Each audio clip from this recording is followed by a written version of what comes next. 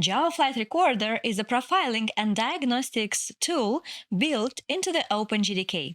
Let's look at how we can use it with Java apps, how to use it locally and in containers, and how to analyze the recordings in Java Mission Control. We will look into theory and practice. So if you are basically familiar with JFR, go ahead and jump into the practice section.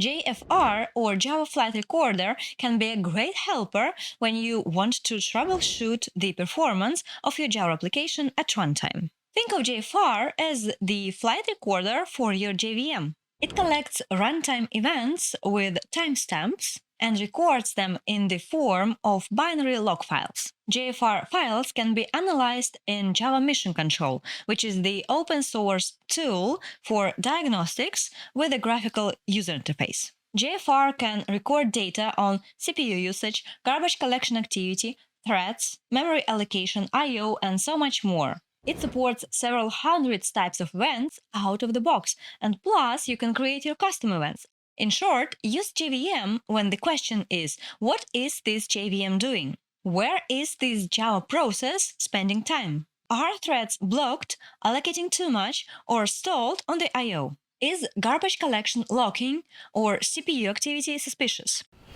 If you have just started your profiling journey with JFR, here are a few things that you need to know about the tool. It is built into OpenJDK and does not require a separate installation. It has very low overhead, which makes it suitable for troubleshooting in production. You can start JFR recording at JVM startup, or you can attach it later with the jcmd tool. It is also part of JDK. JFR supports continuous recordings. It comes with command line tooling like JFR summary, JFR view, and so on. Although JFR can give you a lot of information about the JVM behavior, it is not a universal profiling tool. Here are some cases when JFR is not a very good fit. Deep native code profiling. JFR is strongest for JVM events. It is less suitable when the hotspot is deep inside the native libraries, kernel behavior, libc calls, or container OS scheduling details. In those cases, system profilers such as perf or native profilers are a better fit. Distributed systems.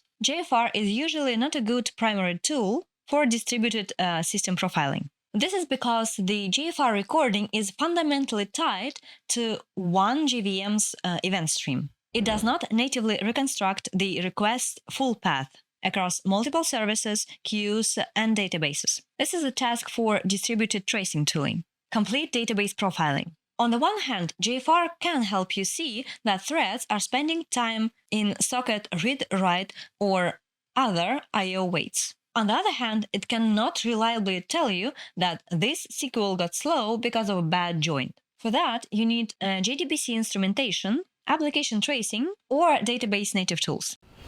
Okay, now let's see how to use JFR. You can start JFR upon application startup. There are different options. Let's use the basic ones: the duration of the recording and the file name. You can also specify additional options. These are unlock diagnostic VM options and debug non-save points. This is the beginner video, so I'm not going to dive into the detailed explanation of what these options do. To put it simply, they make the profiling more accurate. You can also use the jcmd tool, part of the JDK, to start or stop the recording at any point of time. The jcmd is the tool that is used for sending the diagnostic commands to the running JVM.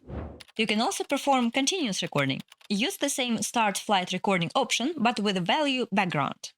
But note that JFR can generate enormous amounts of data. So it is recommended to limit the recorded event types to keep the overhead low. You can also adjust the size of the files for continuous recording. In JDK 25, the default maximum size of continuous recordings is 250 megabytes. You can override it by specifying a custom value. Also, to manage file rotation and retention, you can combine maximum size with maximum age. For example, maximum age of 1 hour keeps the recordings for the last hour. Also, you can set dump on exit to true to save the buffer to a file when the JVM terminates. You can also profile the application when you are running it inside the container. Let's see how to do that with a Dockerfile or Buildpacks. First, Dockerfiles. First, let's look at how we can start a JFR recording right at application start in a container. Here's the Dockerfile that we will use. So, at the first stage, we are building a jar file. I'm using a hardened Liberica JDK container with Liberica JDK, recommended by Spring, and minimalistic Alpaquita Linux. A hardened image is a minimal, locked-down container image designed to reduce attack surface and security risk. At the second stage, we transfer the jar file into the hardened base image with JRE. In the entry point, we specify the JFR options. Let's use the same options we specified locally. And that's it. Build the container the usual way, start it, and the JFR recording will start as well. If you build container images using Buildpacks, starting a JFR recording is even simpler. Just use the BPL JFR enabled option and set it to true, and it will automatically start the JFR recording. If you don't provide any custom arguments, it defaults to writing the file named recording JFR to the TMP directory of the container image upon JVM exit. But of course, you can configure the JFR yourself. For that, you need the separate option, BP append Java tool options. For instance, here we can set the duration and the file name. As I said, the file with the recording will be written to the TMP directory of the container. You can retrieve it into the current directory with dockercp. For that, you only need to know the container ID. Okay, now let's see how we can attach the JFR to the container when it is already running. If we want to profile the application at any point of time, we need to use the jcmd tool. But jcmd is part of JDK. The thing is that we don't want to drag the whole JDK into the production container. We usually want to use JRE for that. Besides, your production container may be based on the slim base image or even distroless. So it will lack a shell and you won't be able to even enter it. So what can we do in these cases? One solution is to use ephemeral containers. They are started at the arbitrary point of time and are run for a specific period of time just to accomplish some task. For instance, to perform the debugging or profiling session. So, build your production container image without specifying any JFR options. Now, let's build the ephemeral container. The Dockerfile is super simple. You only need the JDK. Run the containerized application. To attach the ephemeral container, we need several options. PID, to place it into the same PID space as our application. IT, to run it in interactive mode. Sysadmin capability, to gain access to the JVM performance information. And a security option, secompt unconfined, to allow access to the container. Okay, we're now inside the ephemeral container. From here, run the jcmd to find out the PID of the application running in the container we have attached to. And now you can start the JFR recording using the PID of the process that you have found out. After the profiling is complete, you can retrieve the recording from the container using dockercp, for example. Okay, to the most exciting part, how to analyze the JFR recording. I will use a small 60-second JFR recording taken from the Spring Boot demo service.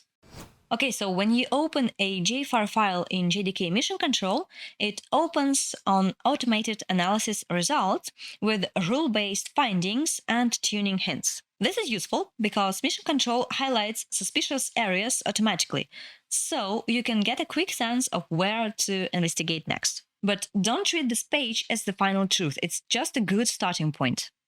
Think of it as a guide that helps you decide which tabs deserve your attention first. We can already see here that the JVM had hard times while the application was starting.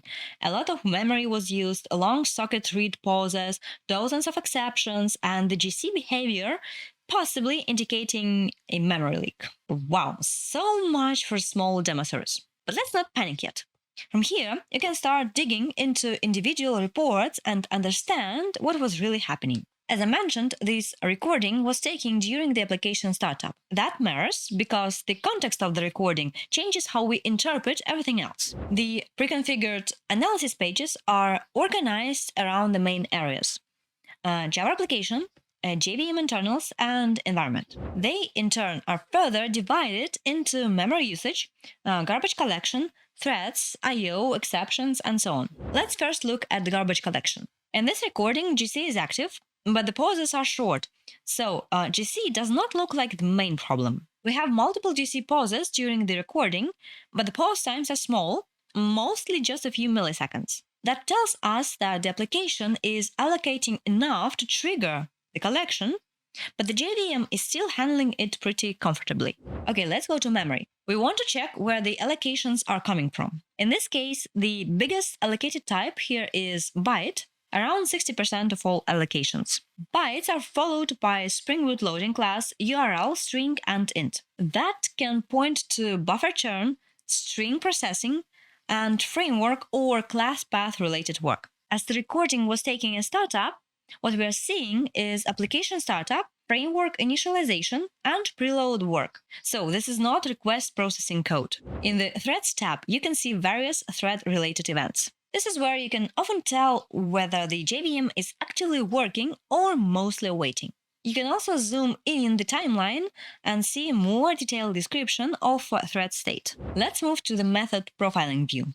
Here we can analyze where the application spends most of the time down to a method name. In our recording, one interesting method near the top is bcrypt in Cypher. That suggests some amount of password hashing or security-related work that happened during the recording. Bcrypt does expensive work, so seeing it in a profile can be completely normal if login, authentication, or security setup is happening. Exceptions is also an interesting tab. It is normal for Java applications to throw errors or exceptions at runtime. JFR can see all exceptions, suppressed or not. It may help to diagnose exceptions misuse or problems that may be otherwise unseen to the unarmed eye. In our case, the raw number of thrown exceptions is high, that's true. But when we drill into where they come from, many of them appear to be tied to class loading, reflection, and framework internals. That means that it is probably not a case of the application constantly failing business operations. So we need to observe the application at runtime to see if there is any real problem. JFR recordings also contain information about JVM configuration and hardware configuration. This is very useful for getting a fuller picture around the recording and almost any contextual information. So, for example, if you want to give this recording to a performance expert, he or she will be able to understand a very complete context around this application without even working with this application. This recording was a good example of why context matters. JFR gives us real signals here, but the real story is not the JVM is on fire. No, we simply captured startup-heavy activity of a Spring Boot application. That's where these noticeable allocations, GC activity, exceptions, and a lot of waiting on I/O is happening. If you want to know more about profiling with JFR and analyzing JFR files, I have attached several articles that will give you a good starting point. Also, feel free to write in the comments if you want me to record more videos on JFR. If this video was useful to you, don't forget to like it, subscribe to our channel, and until next time!